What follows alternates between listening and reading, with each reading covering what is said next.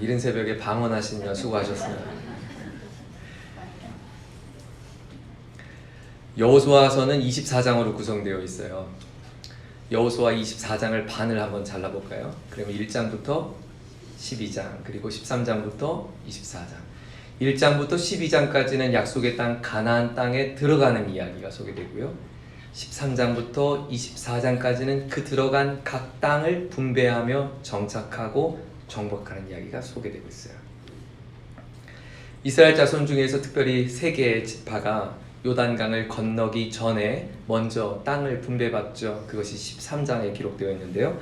루벤, 갓, 므낫세 반지파가 먼저 땅을 분배받습니다. 그리고 이어지는 14장에서는 그리고 18장까지는 요단강을 건너 들어온 나머지 세 개 지파 유다, 에브라임, 그리고 므낫세 반지파와 베냐민 지파가 이제 땅을 분배받습니다. 그리고 오늘 19장부터 이제 남은 6개의 지파가 땅을 분배받는 장면이 소개되고 있어요. 시므온과 스불론, 이사갈, 아셀, 납달리, 단 지파가 각각 땅을 분배를 받게 됩니다. 여러분, 여호수아서의 24장 기록되는 이 장소에 많은 가나안 땅의 많은 성읍들과의 전쟁에 대한 이야기가 소개되고 있어요. 특별히 31전 30승 1패를 했어요. 31번을 싸워서 30번을 이기고 1번을 졌어요. 한 번이 언제였죠? 네, 아이성. 그 전투, 아이성의 전투를 제외하고 30승을 이루고 가나안 땅을 정복합니다. 어떤 이야기는 한 장 전체를 할애해서 전쟁의 이야기를 소개하고요. 어떤 이야기는 그냥 단 몇 줄 아니면 몇 단어로 그냥 몇 문단, 몇 마디로 그들의 정복 기사를 소개했어요. 그렇게 1장부터 12장까지 약속의 땅 가나안 땅에 들어가 정복하는 이야기를 소개하고 있는데, 흥미로운 것은 이렇게 이른 새벽 우리가 방언처럼 들려드는 알 수도 없는 지명의 이야기를 장황하게 아주 많은 장수를 할애하며 기록했다는 거예요. 여러분, 궁금하지 않으세요? 왜 하나님은 그 많고 많은 이야기들, 특별히 많고 많은 메시지들 중에 전쟁의 기사처럼 중요한 이야기들은 때로는 길게, 때로는 아주 단축하게 설명하면서 오늘 어느 땅에 들어갔는지, 우리 땅도 아니고 남의 땅 이야기를 지금 배 아프게 우리는 지금 듣고 있는데, 내게 주어진 땅도 한 평도 아니고 이스라엘 백성들이 경험했던 받은 땅의 이야기를 우리에게 장황하게 묘사한 이유가 있지 않을까요? 그 이유가 뭘까요? 사실 이런 본문의 이런 메시지를 같이 묵상하다 보면 우리가 영성 큐티에서 배웠던 하인나를 찾기가 진짜 어려워요. 땅 속에서 하나님 뭐라고 도대체 나에게 말씀하실까? 여기에 나의 무엇을 적용할까 찾기가 참 어려운데, 그런데 사실 이 이야기는 너무나 흥미로운 이야기입니다. 이야기를 기록할 수밖에 없는 아주 특별한 이유가 있습니다. 이야기 우리의 시선에는 어렵게 들려오는 땅의 지명이지만, 이야기는 이스라엘 백성들 대대로 물려주고 들려주고 싶은 지명들이고 이야기입니다. 저는 오늘 본문 속에서 하나님께서 우리에게 주신 이 메시지 가운데 어떤 교훈을 주실 수 있을까 묵상하면서 몇 가지를 한번 나눠보고자 하는데요. 가장 먼저 첫 번째 이유는 이것입니다. 이 땅의 정복의 이야기는, 정착의 이야기는 하나님의 약속에 대한 분명한 성취임을 알게 합니다. 하나님의 약속에 대한 분명한 성취. 저희 집에 제 서재에 가면 책장에 책들이 꽂혀 있는데, 그 책들 중에는 요즘 잘 읽지 않는 책들이 분명히 몇 권이 꽂혀 있어요. 아주 오래된 책입니다. 오래되고 낡고, 그래서 사실 요즘 이야기도 아니어서 흥미가 되지 않아서 읽지는 않는데, 버리지는 또 못하는 책이 있어요. 제 아내가 자꾸 버리라고 그러는데 버리면 주워오고, 또 쌓아놓으면 다시 주워오고, 헌옷은 버려도 이것은 버리면 안 되라고 또 주워오는 게 있어요. 근데 다른 책들은 버려도 되는데 그 몇 권의 책들은 제가 결코 버리지 않는 책들이 있어요. 신학교에 다니면서 어렵게 공부하면서 책 한 권 사기 위해서 중고서점을 뒤지면서 골라서, 제가 걸어갈 이 길이 정말 하나님이 정말 맞습니까? 하나님 정말 제가 이 길을 걷는 것이 맞을까요? 저희 부모님께서 목회하시는데요. 그 어려운 목회 현장을 보면서 하나님, 저도 그 길을 가야 되는 게 정말 맞나요? 고민하며 기도했을 때, 기도하면서 또 밤새 과제하며 숙제했던 그런 책들, 그 손때 묻은 책들, 저에게 사연이 있고 의미가 있는 책들이죠. 그 책들은 버릴 수가 없어요. 제가 기억나는 책 중에 한 권이 있는데요. 아주 많이 봤어요. 너무 많이 봐서 이제 허들허들해졌는데 그 책 제목이 뭐냐면 자네 정말 그 길을 가려나 라고 하는 책이에요. 힘들면 또 그 책 꺼내와서 자네 정말 그 길을 가려나. 제가 학부 2학년 때 우리 4학년 선배님이 저한테 그 책을 선물해 주면서 꼭 읽어보고 졸업하기 전에 답을 얻고 돌아가라고. 몇 해 전에 제가 목양하고 있는 좀 대학직으로 섬기고 있는데요. 우리 한 목자가 저에게 믿음 좋은 목자가 찾아와서 대학교 4학년이에요. 공부도 잘했어요. 장학생인데 지금 저한테 찾아오더니 신학을 하겠다는 거예요. 그래서 제가 책 한 권을 빌려줬죠. 무슨 책을 빌려줬을까요? 자네 정말 길을 가려나. 이 친구가 3번 읽고 다시 또 읽어봐. 지금 침신대에서 열심히 훈련받고 있고 저의 동역자가 되었습니다. 의미 있는 책이죠. 그 의미는 저의 인생 가운데 신앙의 고백이 되어지는 사건이죠. 여러분, 이스라엘 지명들은 이스라엘 백성들에게 정말 의미 있는 땅들입니다. 애굽에 종살이하고 있던 그들에게 하나님께서 찾아와 주셔서 그들의 신음과 고통을, 우리 선조들의 고통을 들으셨고 모세를 세우셔서 우리를 가나안 땅에 지금까지 인도하셨어요. 지금 그들이 서 있는 이 땅은, 그들이 분배받은 이 땅은 우리 부모들이 그토록 가고 싶었던 땅이에요. 그러나 그의 부모들은 1세대는 광야에서 모두가 다 죽임을 당하죠. 심지어 여호수아에게 있어서 나의 믿음의 동역자요 선배였고 나의 좋은 멘토였던 모세가 그토록 꿈꾸었던 땅이었어요. 그 땅을 백성들과 나눠주면서 여호수아의 마음속에는 모세여, 당신을 향한 하나님의 뜻이 여기 성취되었습니다 라고 그는 신앙의 고백을 드렸을 것입니다. 여러분, 우리가 지난주에 추수감사주의를 맞이했는데요. 봉투에 적어서 하나님 앞에 우리의 감사의 제목들을 담아 또 특색 가운데 우리가 나아갔었는데, 우리가 봉투에 기도의 제목을 적어야만 하나님이 감사의 제목을 받으시고 적지 않으면 받지 않으실까요? 그렇진 않죠. 헌금을 해야만 하나님은 감사를 받으시고 헌금을 하지 않으면 감사를 받지 않는 것도 아니죠. 그러나 우리는 우리의 목록 가운데 감사의 제목들을 헤아려 보고 하나님 어떻게 내 인생 가운데 은혜를 베푸셨는지 기록하며 내 펜으로 그 하나님 앞에 감사의 마음을 적어내어 갈 때 그것이 정말 하나님 앞에 감사의 고백을 드릴 수 있었던 것처럼 이스라엘 백성들에게는 여기 있는 지명 하나하나가 하나님의 아름다운 약속의 응답의 현장이었다는 것입니다. 저는 오늘 이 새벽 가운데 우리가 다 알 수 없는 지명의 이름들을 우리가 읽어갔을 때 이스라엘 백성들의 인생 가운데 하나님이 그 약속을 아름답게 성취했던 것처럼 저는 이 새벽에도 우리가 한번 헤아려 봤으면 좋겠어요.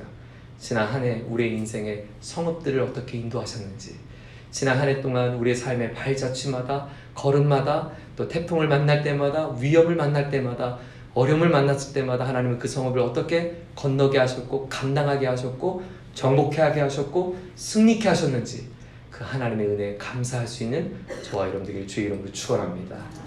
또 한 가지는 하나님의 기가 막힌 섭리를 우리는 보게 됩니다. 이 정착의 이야기를 속에 하나님의 기가 막힌 섭리예요. 너무너무 놀라워요. 너무너무 재밌어요. 19장의 처음 시작부에 시므온 지파가 이 땅을 분배를 받게 돼요.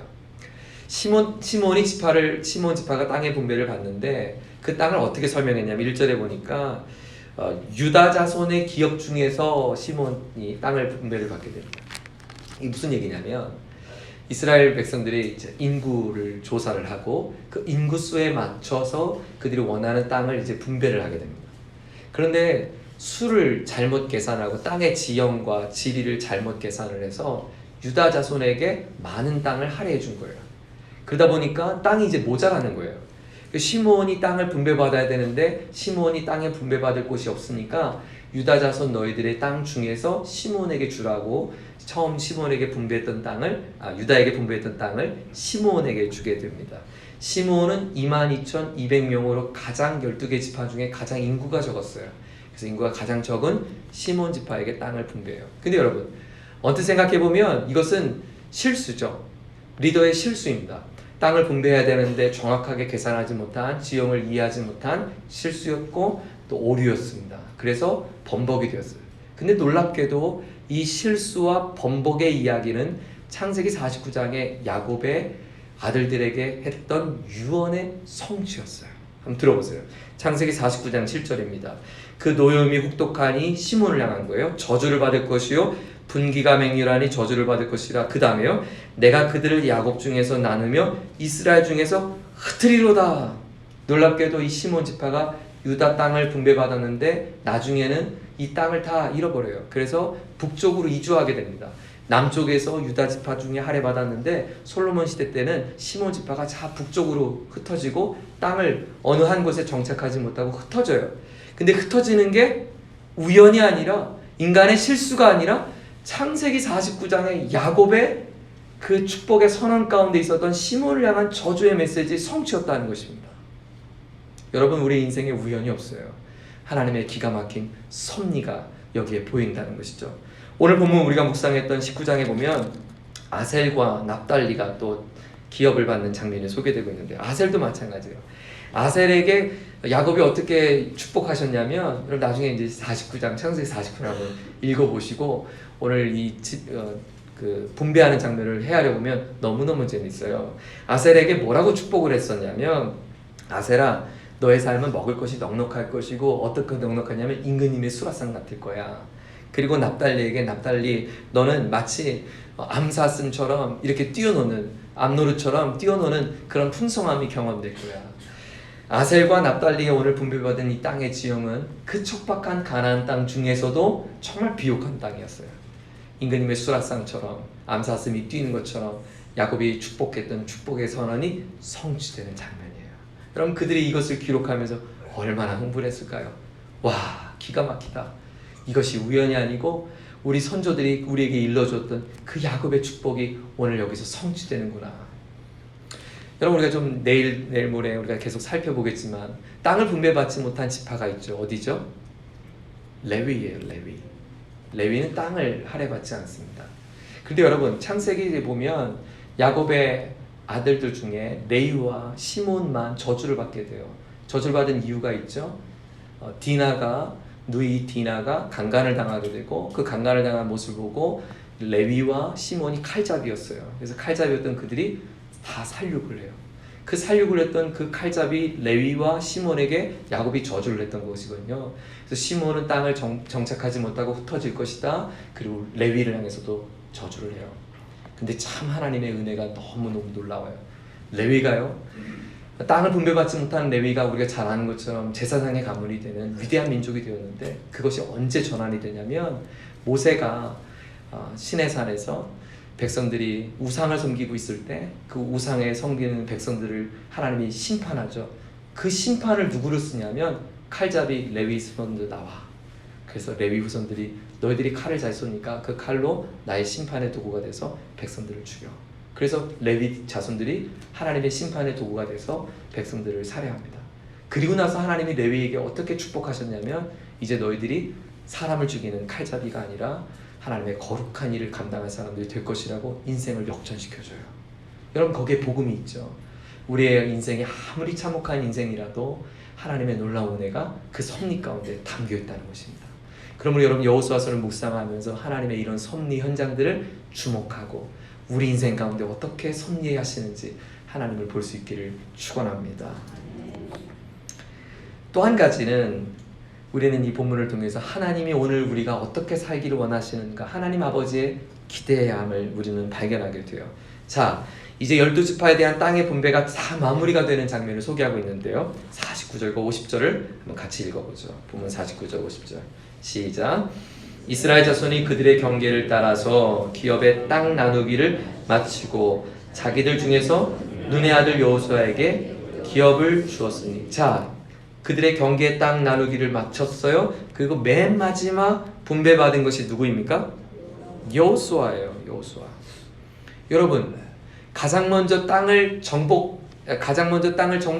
차지해야 할 사람이 여호수아 아닙니까? 여호수아가 누구죠? 그들의 리더입니다. 대장입니다. 대빵입니다. 그러면 누가 땅을 제일 먼저 받아야 돼요? 여호수아가 받아야 되죠. 그런데 가장 먼저 땅을 분배받는 것은 여호수아와 함께 동역했던 갈렙이 헤브론 땅을 먼저 분배를 받고, 그리고 모든 지파들이 다 원하는 땅을 분배받고, 그리고 맨 마지막에 남은 땅을 여호수아가 갖게 돼요. 그런데요, 여호수아가 정복한 이 땅을 이렇게 설명했어요. 50절입니다. 50절 시작. 곧 여호와의 명령대로 여호수아가 요구한 성읍 에브라임 산지 딥낫 세라를 주매 여호수아가 그 성읍을 건설하고 거기 거주하였더라. 여호수아가 마지막 모든 지파가 분배받고 난 다음 그가 받은 땅을 뭐라고 설명하냐면 딥낫 세라를 받게 되는데, 딥낫 세라를 이렇게 설명합니다. 그가 받은 성읍을 건설하고, 그 성읍을 건설하고. 그 성읍을 건설했다는 말은 그 성을 다시 세워야 되는 땅이었다는 거예요. 그 땅은 이미 건설되고 좋은 땅이 아니라 다시 처음부터 시작해야 되는 땅이에요. 다시 수고로움으로 다시 내가 노력해서 그 땅을 세워야 되는 땅이에요. 여호수아는 다른 백성들처럼 비옥한 땅을 받은 것이 아니라, 풍성한 땅을 받은 것이 아니라, 암사슴이 뛰어놀 임금님 수라상 같은 땅을 받은 것이 아니라, 백성들이 다 얻고 난 다음에 그가 다시 돌 위에 돌을 세우지 아니하면 건설될 수 없는 그 척박한 땅을 여호수아는 받았다는 것입니다. 아름다운 리더의 모습이죠. 모두가 다 누렸던 그 누림 다음에 내가 할 수 있는 분깃을 경험한 것이에요. 여러분, 저는 이 장면을 묵상하면서 하늘을 보좌를 버리시고 하나님과 동등됨을 취할 것으로 여기지 않으시고 자신을 비우시고 종의 형체를 가져서 이 땅에 오신 겸손의 본이 되어주신 예수님이 보였어요.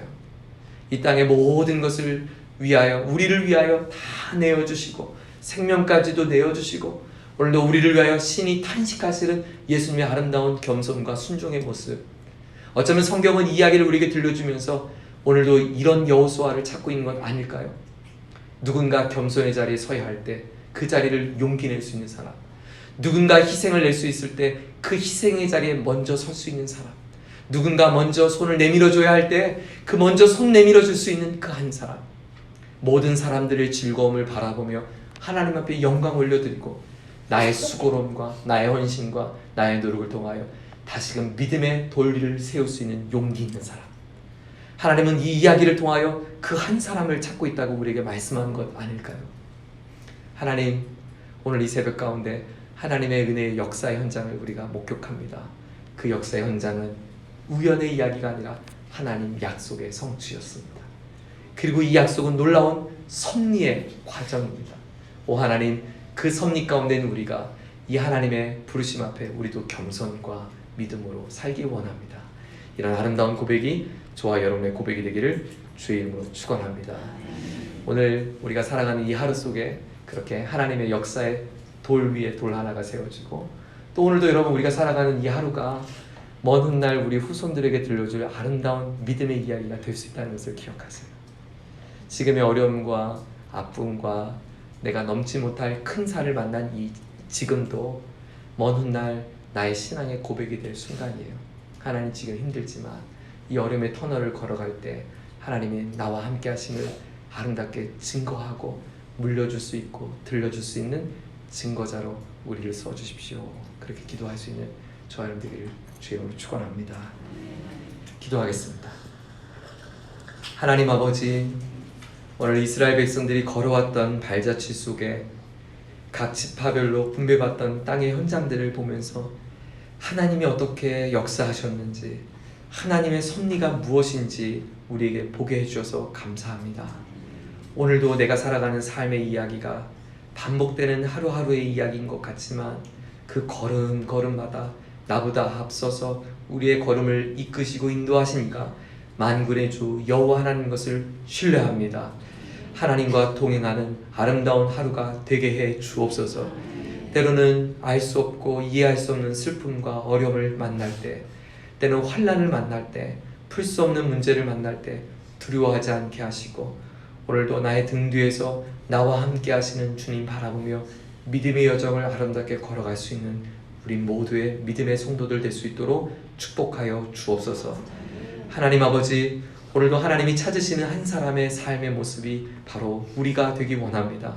겸손의 사람, 헌신의 사람, 수고의 사람, 그 자리를 용기 낼 수 있고 그 자리를 사모할 수 있고 그렇게 살기를 목말라하며 간절함을 갖는 우리 모두가 될 수 있도록 은혜를 베풀어 주옵소서.